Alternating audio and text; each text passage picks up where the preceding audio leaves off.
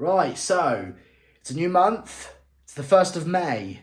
And I think you guys know what that means. Time for another update on the model railway build project. I just remembered it's the 1st of May, which means it's my nan's birthday. And not many of you know this, but my nan died a couple of years ago and it's her birthday today. And I missed her deeply. I really don't know what else to say about that, except I miss her a lot. But I think she'll be pretty proud of me of what I've achieved for the past nearly 10 years on the LaZeR YouTube channel. But anyway, the model railway project, what have I done so far? Well, I've got to be very honest. There has been a few delays, and the reason for that is because lack of equipment, less ideal spare parts, and the lack of my tools. And I have been waiting for things to be delivered. So there has been a lot of delays for this month, but I'm going to show you what I've done so far. Now again, excuse the mess. I've got everything just all over the place because I kind of need everything to sort of be where it is at the moment. So I've moved the track from the middle of the table and I've sort of just dumped it on my sofa. I know, it looks horrendous, I know. But I'm still in the process of sorting all this out. So yeah, that's the track situation at the moment. But we have started adding some ballast down. Ooh. Now, I actually started with this nice big thick stuff, and I know you can see it from the edge.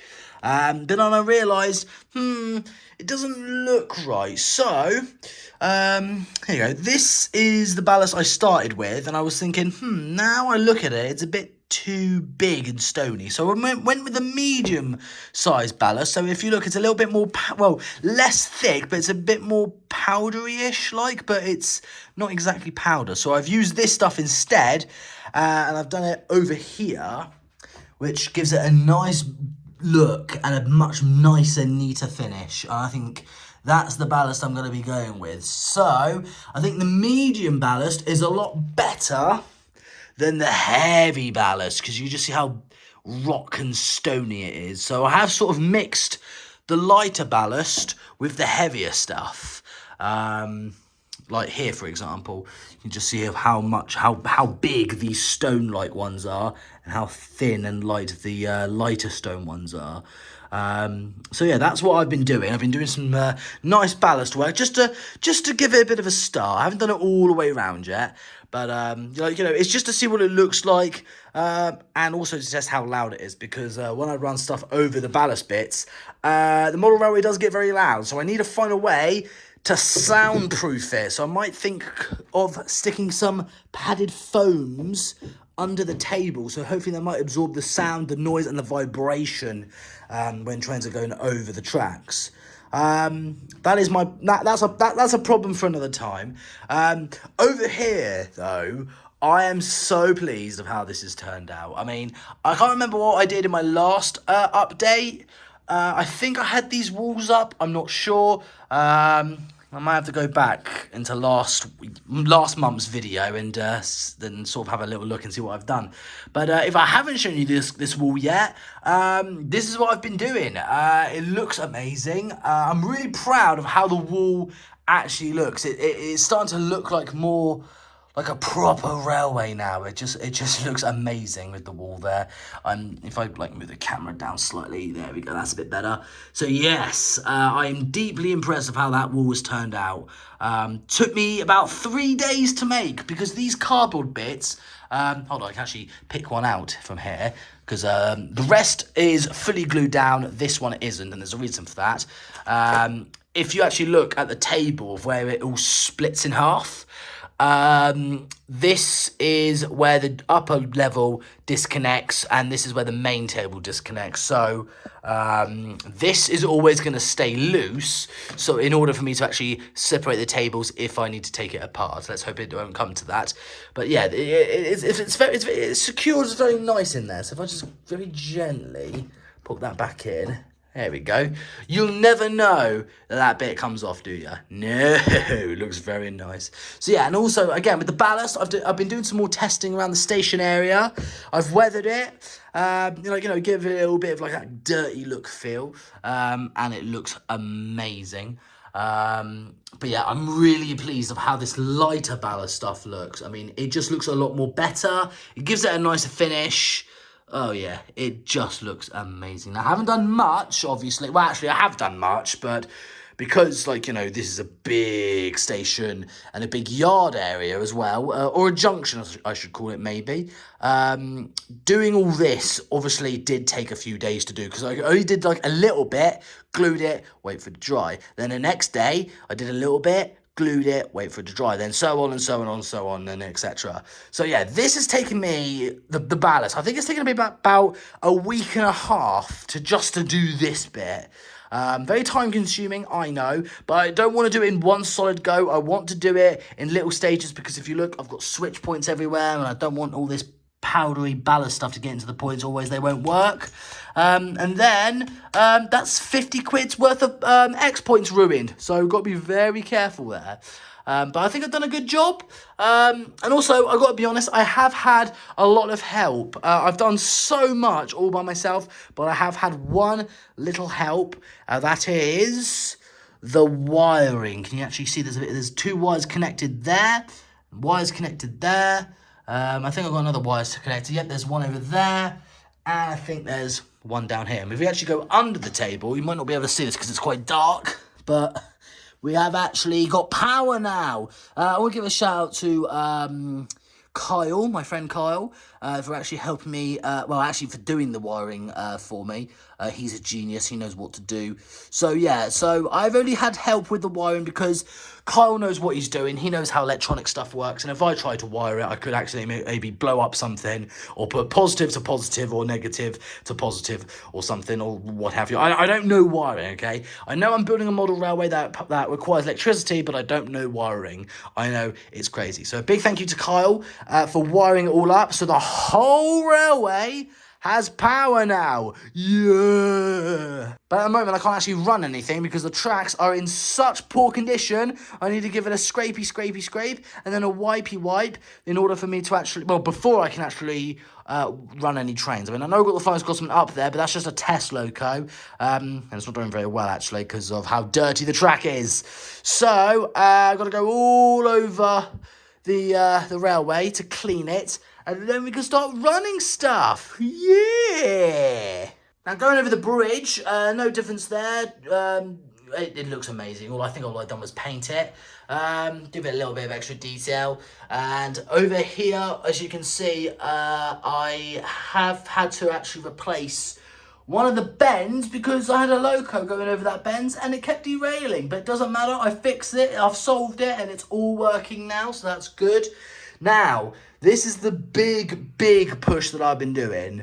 I've been doing this. Now, this is going to be where there's going to be like lots of grass and fields and stuff on this incredible hill. Now, what I've done is I've got a lot of newspaper, covered it in PVA glue and water, scrunched it up and just boshed it on the table, and then cover it over with this nice plaster bandage stuff. However, we have had a bit of a problem, because this is quite a large area. It did require a lot of plaster bandages stuff.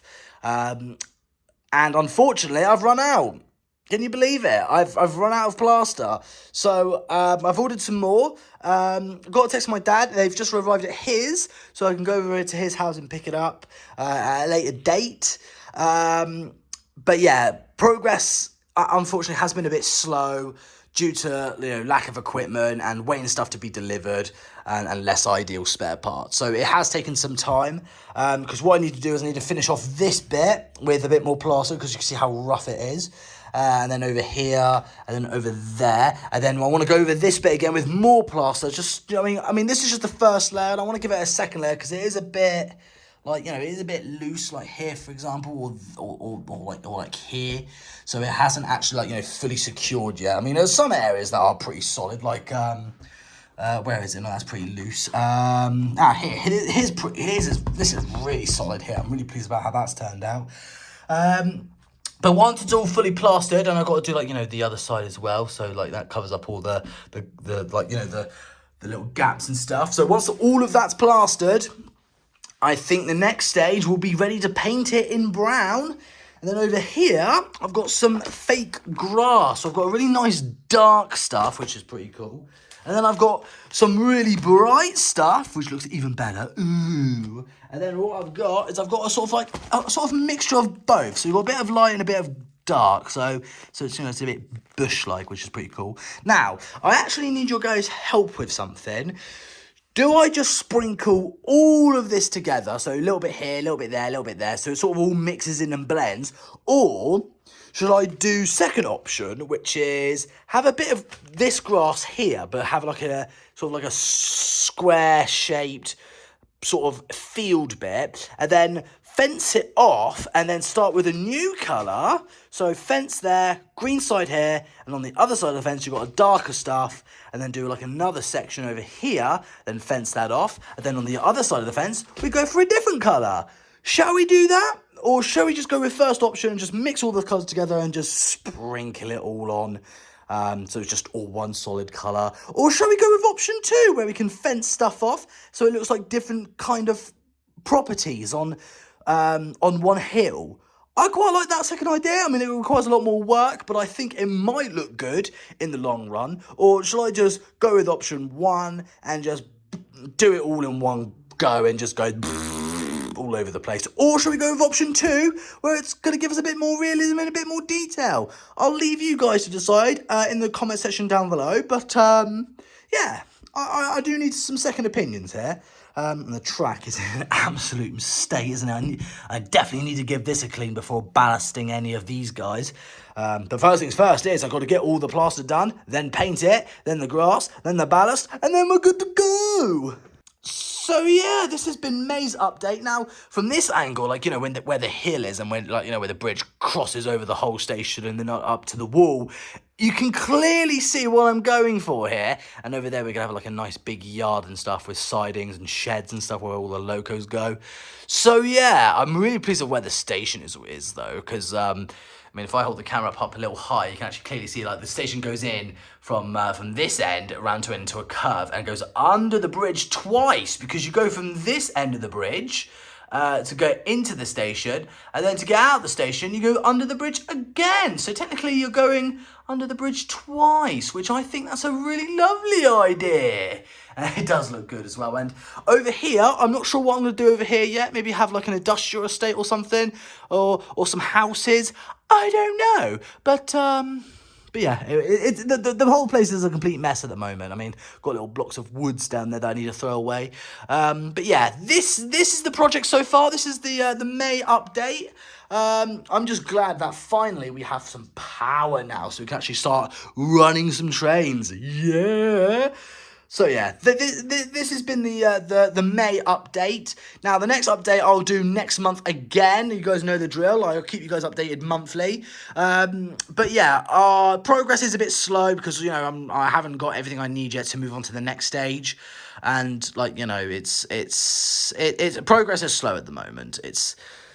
It is what it is. But big thank you to you guys for donating on my live streams as well. Because, like, you know, for those of you guys who send super chats, all the money that we make on live streams, all of it goes onto this project.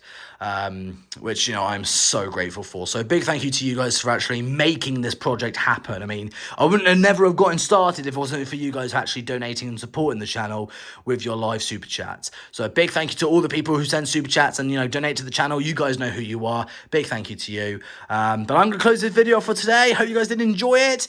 Subscribe, follow me on my Twitter and Instagram and Twitch. All links are in the description. And again, buy some LaZeR merch if you want to. And also book tickets now for the LaZeR fan meetup, because I know you guys want to come. We've sold 90 tickets so far. 90 people. So if you want to come to the LaZeR fan meetup at the Bluebell Railway on the 14th of June. I'll leave a link to the Bluebell Railway website in the description below, so you can buy a LaZeR fan meetup ticket. Come to the Bluebell Railway on the 14th of June. Oh, it's going to be amazing. I mean, come on, guys. You want to come to the fan meetup. It's going to be an amazing event. But until then, guys, have a wonderful day. And I'll see you guys next month for the next month update. Yeah.